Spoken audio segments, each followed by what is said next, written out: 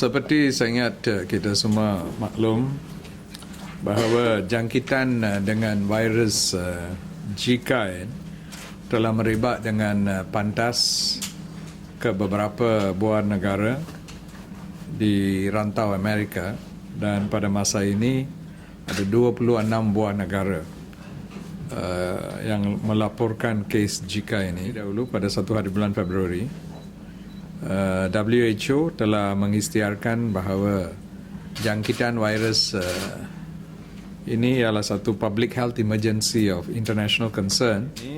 Di dalam negara kita sedang membuat beberapa perkara. Satu ialah surveillance clinical untuk kes Zika di klinik kesihatan di hospital. Nombor dua ialah surveillance makmal untuk virus Zika, itu untuk buat diagnosis. Nombor tiga ialah surveillance microcephaly, iaitu mereka yang sudah mengandung dan kalau ada suspek mereka telah balik daripada negara itu.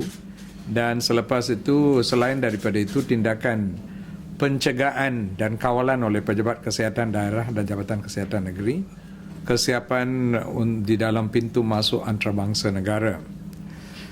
Dan sampai sekarang tiada ada kes di dalam negara kita. Nasihat kepada rakyat pada keseluruhannya, ya khususnya kalau mereka ada pergi ke 26 negara di dalam senarai itu dan telah balik baru-baru, kalau you ada tanda-tanda macam demam, sakit badan, ruam dan konjungtivitis, iaitu sakit mata, tolong mendapat nasihat daripada pusat-pusat kesihatan kerajaan ataupun swasta. Kalau boleh menangguhkan perjalanan kepada negara-negara yang terbabit, iaitu 26 negara itu. So to these 26 countries yang telah dilaporkan ada case, if you can postpone your trip, postpone it. If it's unavoidable, you can still go. But if you go, you have to take precaution. You kena mengambil langkah-langkah untuk memastikan tidak digigit oleh nyamuk. Selain daripada itu, kita kena meningkatkan langkah-langkah pencegahan seperti apa yang dibuat untuk denggi, untuk menghapuskan tempat-tempat pembiakan nyamuk Aedes, kena sama nyamuk yang merebak virus Zika ini. Kalau tempat-tempat pembiakan ini sudah dikawal, itu akan membantu di dalam mengurangkan jumlah kes yang ada di dalam jumlah kes maupun denggi atau Zika. Di dalam kawalan di pintu masuk, iaitu KLA dan lain-lain pintu masuk antarabangsa,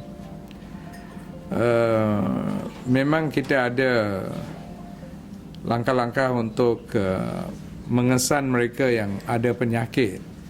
Tetapi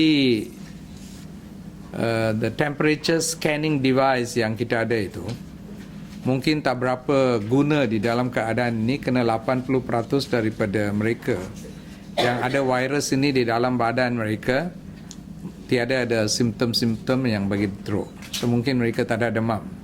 Kalau tak ada demam, our thermal scanner will not pick it up. Tapi kita akan beri mereka risalah-risalah yang akan memberi nasihat kepada mereka supaya mereka boleh mematuhi apa yang ada di dalam risalah ini.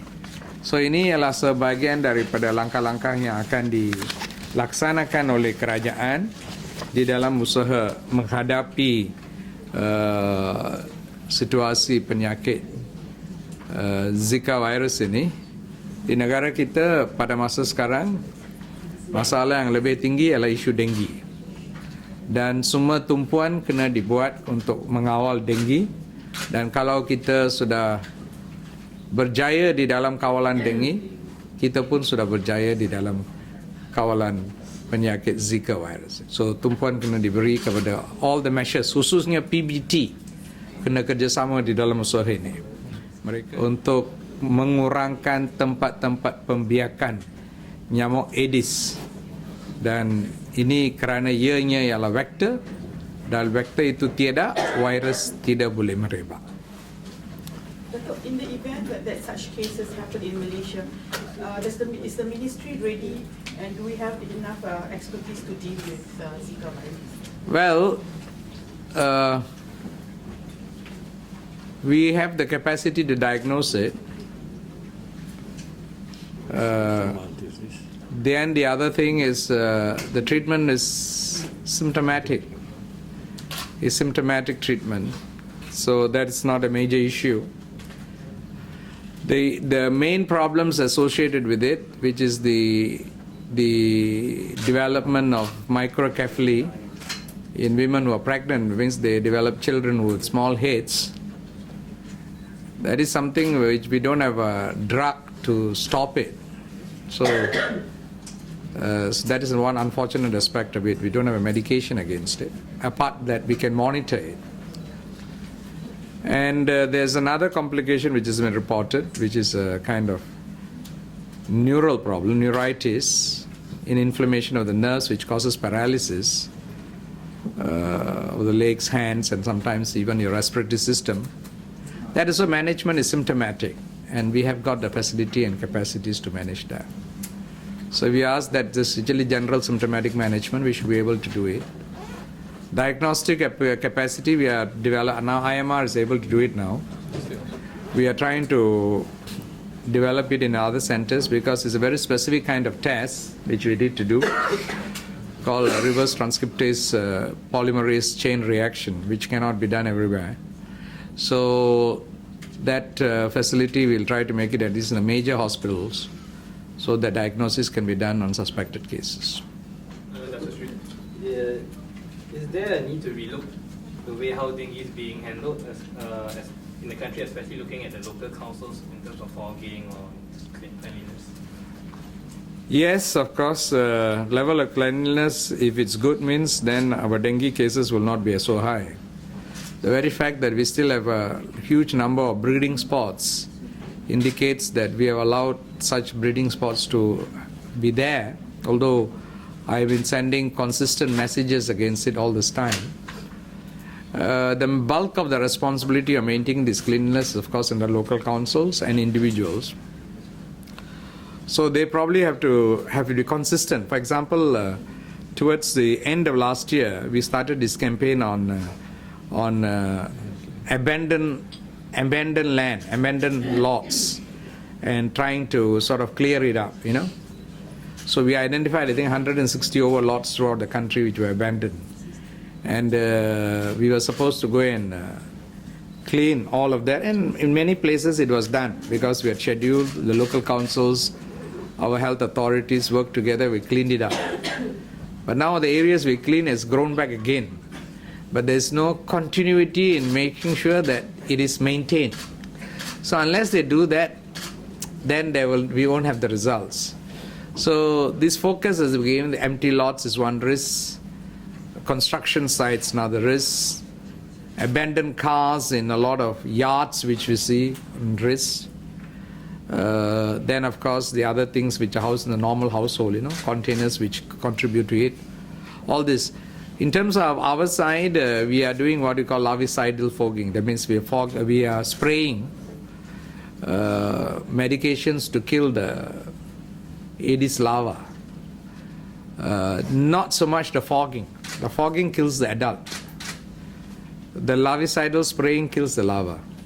We feel that killing the larva is more effective than trying to kill the adult mosquito which is flying around.